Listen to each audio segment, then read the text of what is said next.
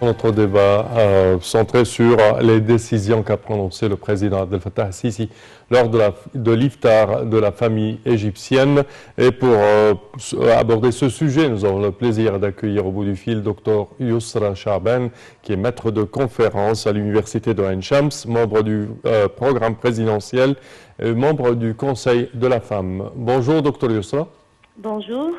Alors, premièrement, si on parle de la décision du président d'annoncer au monde notre plan face à la crise économique mondiale qui émane du conflit russo-ukrainien.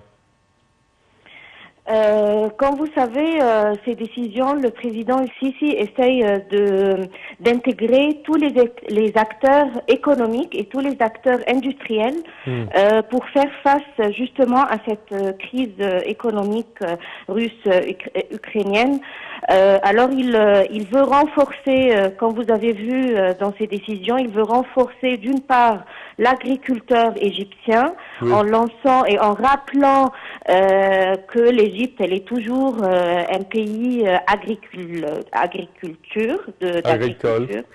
Oui, agricole. Alors voilà, il veut renforcer et rappeler que l'Égypte, d'une part, c'est un pays agricole. Il veut renforcer et donner plus de motivation et plus d'accompagnement à ses agriculteurs. Et d'autre part, il veut aussi faire intégrer les acteurs et surtout les acteurs privés dans l'économie, parce que les acteurs publics, ils vont pas pouvoir répondre à tous les besoins des citoyens tout seuls. Il faut que tous les acteurs de la nation contribuent. Oui, certainement. Également, comment le gouvernement peut-il attirer les investissements dans les domaines des infrastructures, de l'énergie, du tourisme et du développement immobilier, selon vous? Selon moi, oui, ou on peut dire oui, parce que surtout dans le cadre législatif, l'Égypte, elle modifie et elle amende récemment beaucoup de législations qui peuvent attirer les investissements. Alors, surtout le secteur du tourisme, on sait que depuis la révolution de 2011, il a été négativement affecté, oui, mais l'Égypte, elle essaye quand même et surtout le domaine de ma spécialité, elle essaye législativement de changer ce qui est tous les obstacles qui peuvent voilà, être un obstacle pour les investisseurs. Alors elle modifie et elle amende positivement les législations pour pouvoir attirer davantage les investisseurs dans les secteurs du tourisme ou le secteur privé de manière générale. Oui. Également, le président Sisi a annoncé le lancement d'une initiative visant à stimuler les industries locales et à réduire les importations avec une exonération fiscale de 5 ans. De votre point de vue, de quoi ont besoin les industries locales pour atteindre l'autosuffisance et compenser la baisse des importations? Ils ont besoin, à mon avis, tout d'abord, premièrement, des encouragements comme ça présidentiels. Le point de réduire les impôts pour 5 ans, ça c'est un point très positif. Peut-être qu'il va leur encourager. Aussi, mais pas que ça en fait. À mon avis, ils ont besoin aussi d'un bon management, d'une bonne gestion qui vient de l'administration de chaque usine, de chaque commerce, etc. C'est-à-dire auto-changement intérieur dans chacun de ces usines ou secteurs, etc. Voilà, alors ça ne vient pas uniquement de la présidence, ça doit venir aussi de chacun de nous, ça doit venir aussi de chaque citoyen, de chaque commerçant. Oui, alors voilà, ils doivent, à mon avis, par exemple, on sait bien Ghazl el-Mahalla, Dans les années 50, 60, il y avait des lignes, par exemple, qui peuvent produire du coton avec des dessins pharaoniques, des dessins historiques, islamiques. Il y a beaucoup d'idées qui doivent revivre, en fait. Voilà. Rénovation, soi-disant. Oui, on peut dire ça. Oui, le président Abdel Fattah al-Sisi a également demandé à divers organes de l'État de soutenir les activités de la société civile et le travail communautaire pour parvenir à un développement durable. Alors, comment les agences étatiques peuvent-elles soutenir les institutions de la société civile afin de réaliser la stratégie du développement durable pour l'Égypte en 2030 ?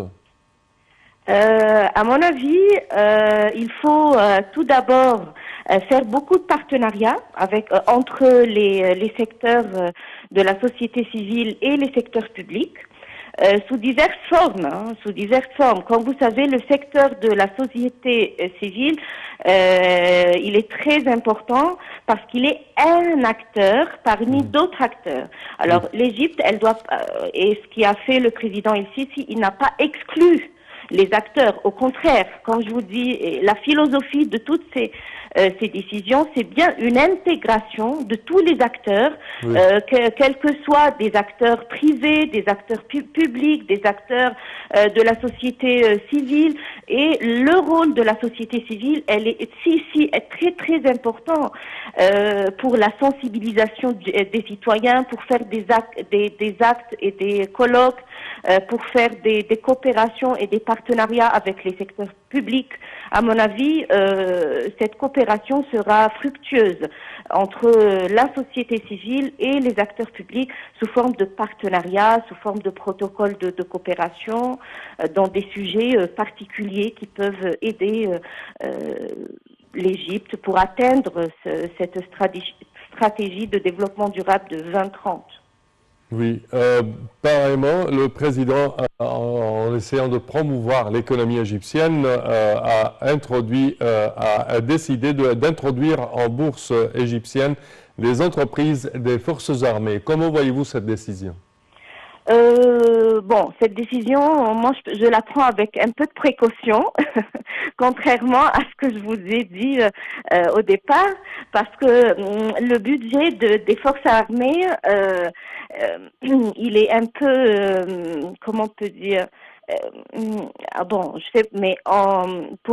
pour acter, pour réagir avec le budget des forces armées, vous savez, il faut avoir des autorisations du Parlement. Du côté législatif, il y a beaucoup de restrictions.